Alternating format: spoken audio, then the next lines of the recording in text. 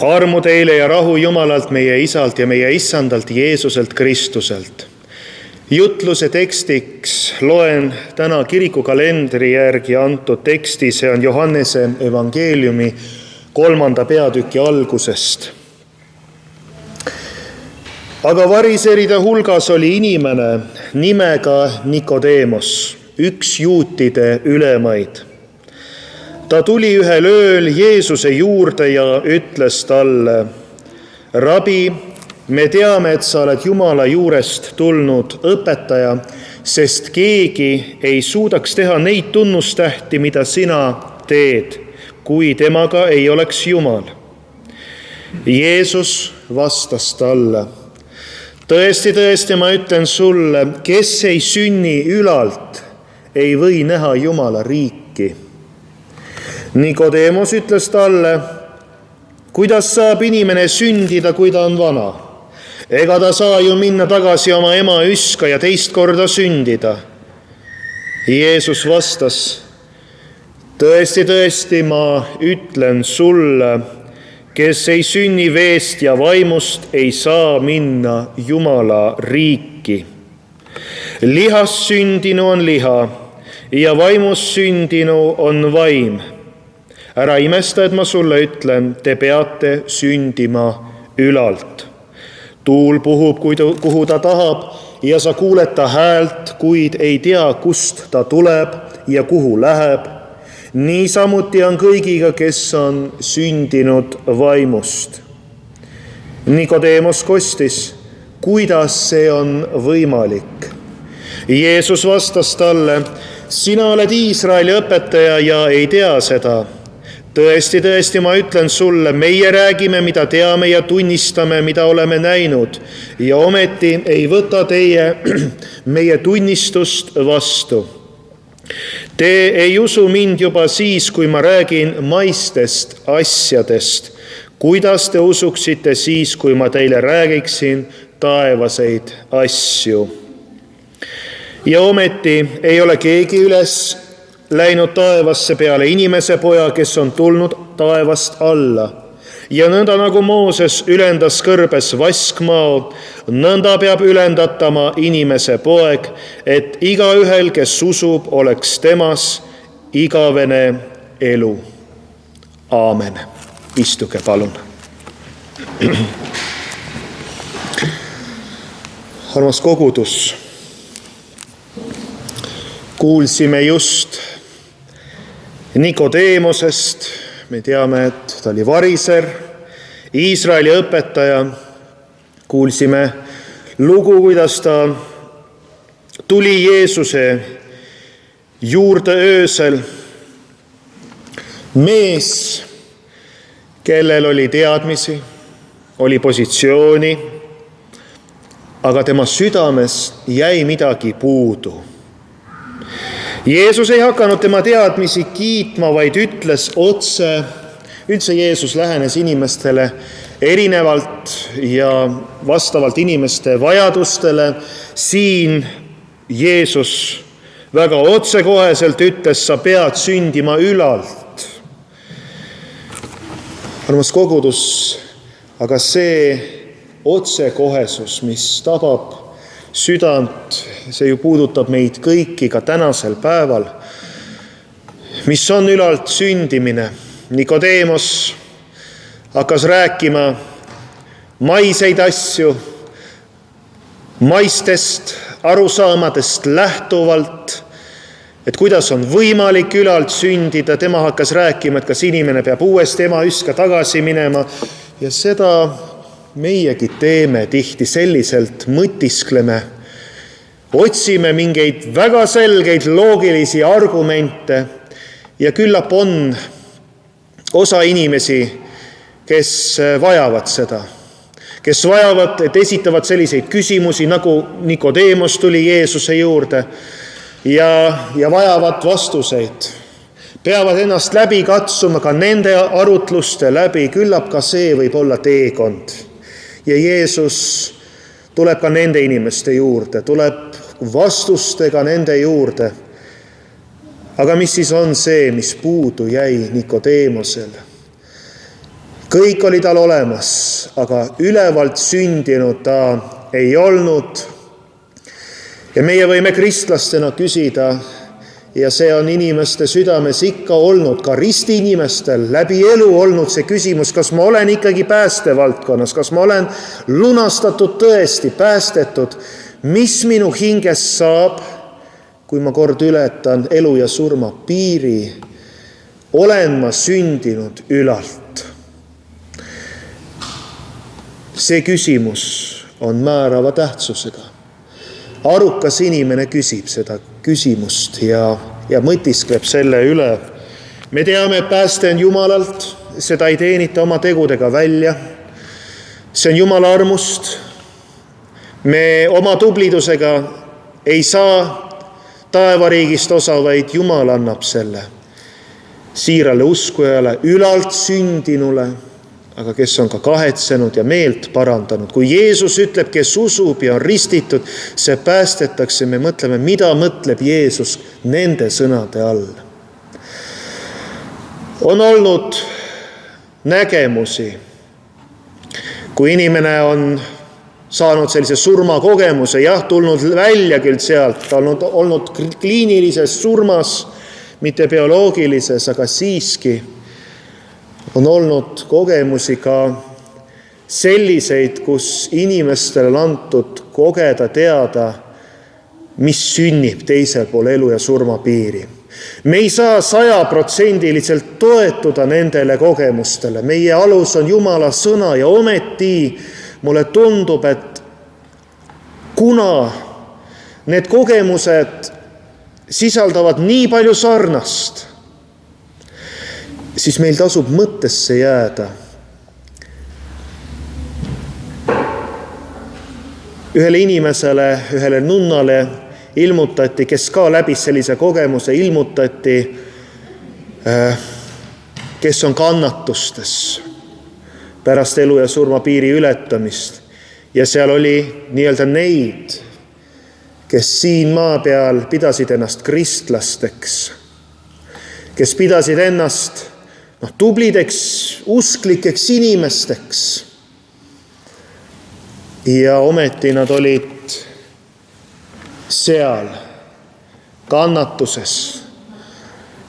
Nad ei olnud läinud kirkusesse. Armsad, see näide ei ole toodud selleks, et meie peaksime nüüd värisema kuidagi ja tohutult nagu kartma hakkame, et oi, mis nüüd olukord on.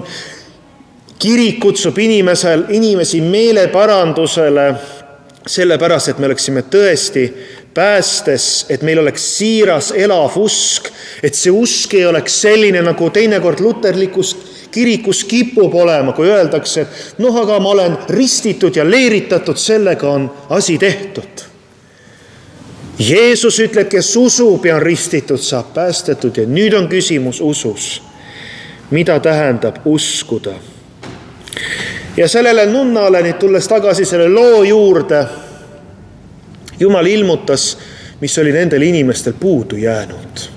Ja see on nüüd midagi, mis on väga piibellik tegelikult, mida me peame siiraks elavaks usuks.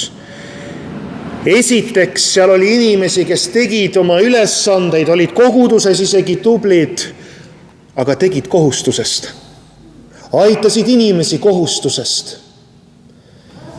Hiljuti oli võimalus vaadata ühte filmi, soovitan teilegi seda vaadata. Selle pealkiri on Ordinary Angels, tavalised inglid. Ja seal oli lugu ühest isast, kelle naine suri, aga laps oli raskelt haige ja tal oli vaja maksa siirdada. Aga nende ellu tuli üks teine naisterahvas, kes oli muidu väga osav ettevõtja olnud, paljude kogemustega ja tahtis aidata seda isa. Aidata raviarveid tasuda, et kuidas seda raha kokku koguda, missuguseid kampaaniaid teha. Et isal ei olnud seal selliseid oskusi, ta ei osanud nii hästi nende asjadega tegeleda. Lõpuks selgus, et see naine tegi seda enda pärast tegelikult. Väliselt tundus, et aitab nii palju seda peret. Aitab, et laps saaks saaks arstiabi ja tegelikult sellel naisel endal olid probleemid oma pojaga, poeg ei tahtnud oma emaga kohtuda, sest naine oli tegelikult läbi elu alkohoolik olnud.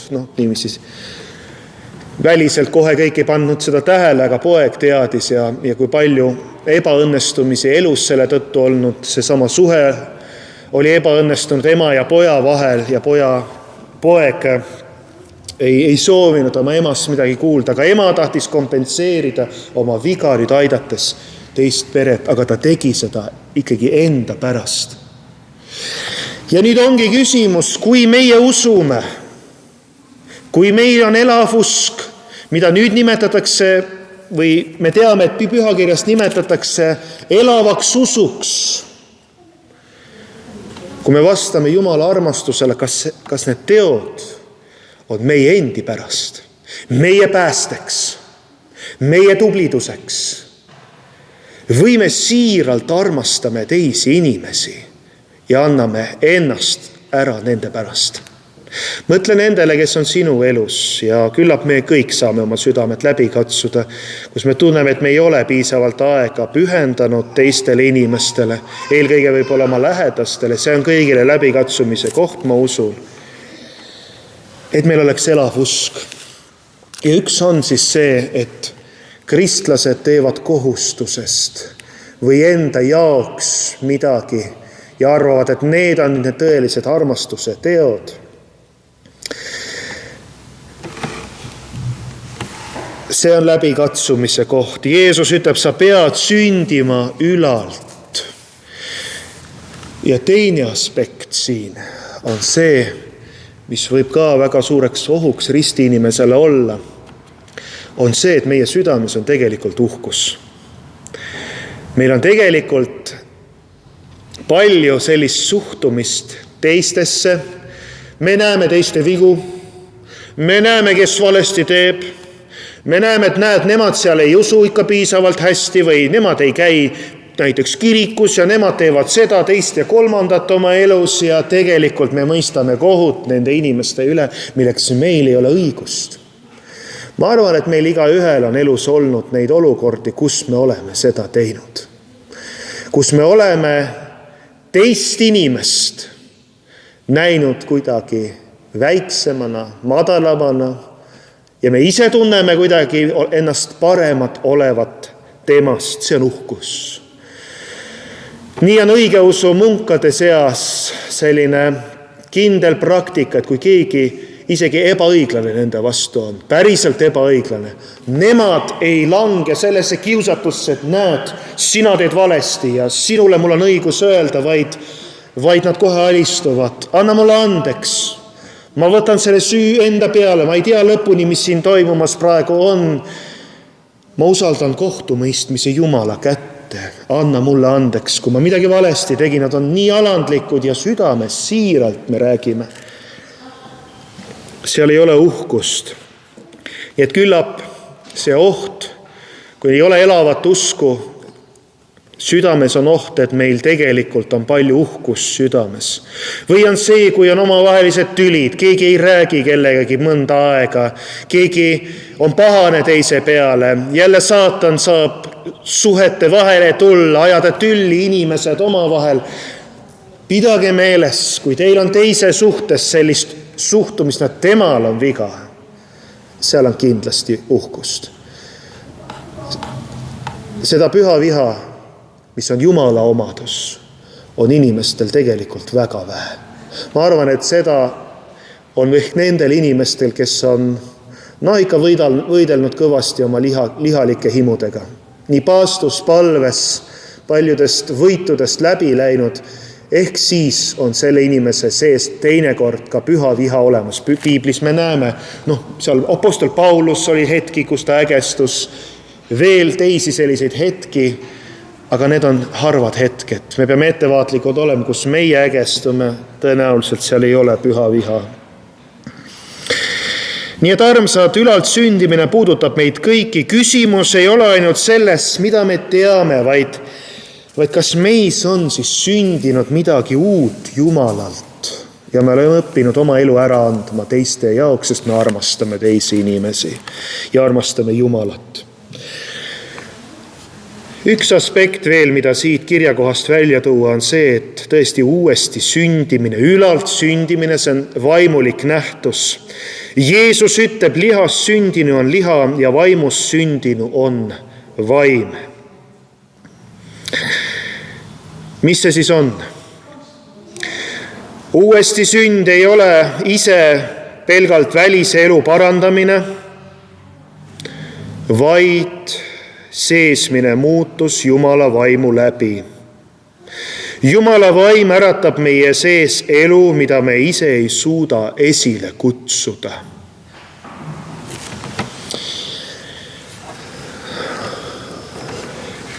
Oli üks inimene, Fanny Crosby, tema elu näitab meile, kuidas on võimalik vaimulik nägemine pimeduse keskel. Tema elas 19. sajandi lõpus, jäi varases lapsepõlves pimedaks ja vaatamata sellele, tema kirjutas üle 8000 vaimuliku laulu, pidas oma pimedust vaimulikuks kingituseks, sest see suunas teda nägema Jumalat sügavamalt. Tema hümnid väljendasid elavat usaldust Jumala vastu ja tema vaimulik mõju ulatub siiani erinevates ringkondades. Ja tema kirjutas need laulud armastusest Jumala vastu, aga siis hiljem resoneerusid nad inimestega ja inimesed said neist osa ja said inimeste hinged puudutatud nende lauludes olemusest. Neid on kirjutas usklik mees. Nüüd on küsimus, mida Jumal meie elude kaudu teeb, samamoodi sellist, kui me oleme sündinud ülalt, kuidas see üldse väljendub meie elus. Oleme rääkinud kohusetundest ja oleme rääkinud, et näed, et kristlased võivad tublid olla, aga missugune siis on meie süda? Oleme me avatud Jumalale, võitleme me himudega, igatseme me elavat issandat ja oleme me valmis üldse kord ületama elu ja surma piiri, et me oleme tõesti tundnud, hea meelega oleme andnud ennast Jumala hoolde ja meil ei ole kahetseda siin midagi. Teiseks, tänases kirjakohas veel, Jeesus on ülendatud selleks, et anda elu. Anda elu sulle, anda elu mulle, anda elu paljudele. Jeesus ütleb nõnda, ja nõnda nagu Mooses ülendas kõrbes vaskmao, nõnda peab ülendatama inimese poeg, et igaühel, kes usub, oleks temas igavene elu. Me vaatame ristil löödud Jeesuse peale, muidugi üles tõusnud Jeesust järgime. Aga Vana Testamendi rahvas jäi ju ellu, kui me mõtleme vaskmao loole, jäi ellu, kui nad vaatasid usus vaskmaole. Jeesus toob nüüd sama võrdpildi enda peale, vaata üles, usu temasse ja saa elu. Pääste ei tule meie tegudest, vaid usust Kristusesse. Veel üks tuntud mees, muusikutele võib-olla isegi rohkem tuntud kui teistele, John Newton, mitte nüüd see teadlane Newton, üks teine Newton. Elas 18. sajandil. Tema oli Inglise orjalaeva kapten. Koges merehädas elu muutuvat pöördumist. Tema uskus, et Jumal oli tema elu säästnud ja pöördus usus Jeesuse poole. Hiljem tema loobus orjakaubandusest, sai vaimulikuks ja kirjutas nüüd tuntud laulu, mida tänapäeval me teame, Amazing Grace. Amazing grace, da, da, da, da, ja nii edasi, imeline arm. Ja see arm, see kirjeldabki ju tema sisemist muutust. Ta ütleb, ma olin kadunud, kuid nüüd olen leitud. Ja selle laulu sõnades on veel, et Jumal on nii imeline, et ta tuleb päästma minusugust varet, wretch inglise keeles. Nüüd armas kogudus, kui sina oled ka või sinu elus on valdkondi või osalt sa oled ka nagu vare. Sul on midagi on katki sinu elus või on kahetsusi midagi, siis seesama John Newton on sulle väga suureks eeskujuks. Tema andis need osad Jeesuse kätte ja leidis Jumala armu. Sinagi võid leida Jumala armu selle kaudu, kus sa katki just oled, kus on su puudujääk. Küll aga peab siin olema julgust andma ennast päriselt Jumala hoolde. Mida veel tänane kirjakoht meieni toob, on see, et tõesti uus sünd on armukingitus. Sellest ei räägitud, kas ei ole inimlik saavutus. Miks see on oluline? Nikodeemos tuli Jeesuse juurde. Tema oli harjunud usulise saavutamisega. Olgu see ettevaatlikuks muutev igale ristiinimesele, kes arvab, et tema on nii tubli. Tema palvetab palju ja tema teeb palju ja tema on kuidagi parem kui teised. Nikodeemos oli harjunud ka saavutamisega, seaduse tundmisega, ususeaduse täitmisega. Jeesus ütles talle, uus elu tuleb mitte läbi pingutuse, vaid läbi usalduse Jumala vastu. See on see sõnum. Me ei saa end ise uuesti sünnitada, see on Jumala töö, tema kingitus neile, kes tema poole pöörduvad. Tuntud Põhjamaade äratusliikumisele aluse panija Lars Levi Lestadius, olete kuulnud, tema oli Rootsi luterlik pastor ja kusjuures ka botaanik. Näete, kui eriline, et mees tegeles ka Jumala loominguga. Kuigi ta oli haritud ja kirikus teeniv, temal puudus pikka aega elav usk. Aga 1844. aastal ta kohtas ühte saami naist, keda ta nimetaski Lapimaa Maarja. Üks lihtne inimene, kes siiralt uskus, tema suhtumine, see puudutas Lestadiust sügavalt. Ja selle kohtumise kaudu koges Lestadius isiklikku vaimulikku pöördumist, mis tõi tema ellu ühe uue vaimuliku selguse, tõi kaasa äratusliikumise, mis hiljem mõjutas tuhandeid Põhja-Skandinaavias, aga tegelikult see mõju ulatus kaugemalegi. Siiras, südamlik usk, isiklik suhe Jumalaga, tema otsimine igas hetkes, mitte pelgalt teadmistes, vaid tõesti usu kogemuse kaudu ka ja läheduse läbi, mis meil Jumalaga võib olla. No siin meenub tuttav lugu, mida ehk paljud teavad, kuidas üks piiskop sõitis ühe laevaga ja seal oli veel meeskond ja nad peatusid ühel saarel ja siis nad leidsid eest 3 meest, mis tuli välja ei osanud meie isa palvet üldse. Nemad ütlesid nõnda, no väga lihtsad vanakesed. Nii nagu nad oskasid, ütlesid, et meid on 3, me palvetame nii, meid on 3, sind on 3, issand, ole meile armuline. Et 3 ainu pühal, 3 ainu Jumalast rääkides, nende mõistmine oli selline. No, piiskop pidas seda ikkagi kohatuks, no kuidas te nii, mis palve see veel on? See pole kellegi palve, meie isa palve peab olema, siis ta õpetas seda palvet meile. Mehed enda arvates õppisid ära, piiskop hakkas laevaga ära minema, sõidavad eemale ja järsku keegi hüüab, vaadake, ja siis vaatavad tagasi. 3 meest jooksevad mööda vett laevale järele. Hüüavad, hea piiskop, meie isa, kes sa oled taevas ja kuidas sealt edasi läks? Meil läks meelest ära. Piiskop vaatab, pühad mehed jooksevad mööda vett. Ütles, minge rahus tagasi, palvetage nii, nagu teie olete palvetanud. Elage selles siiras osaduses Jumalaga edasi. Olge hoitud, issandas. Annaks Jumal meilegi seda siirast usku. Issandasse, kes on vägev Jumal, aga kes tuleb salapärasel moel meie juurde, et meie oleksime ülalt sündinud.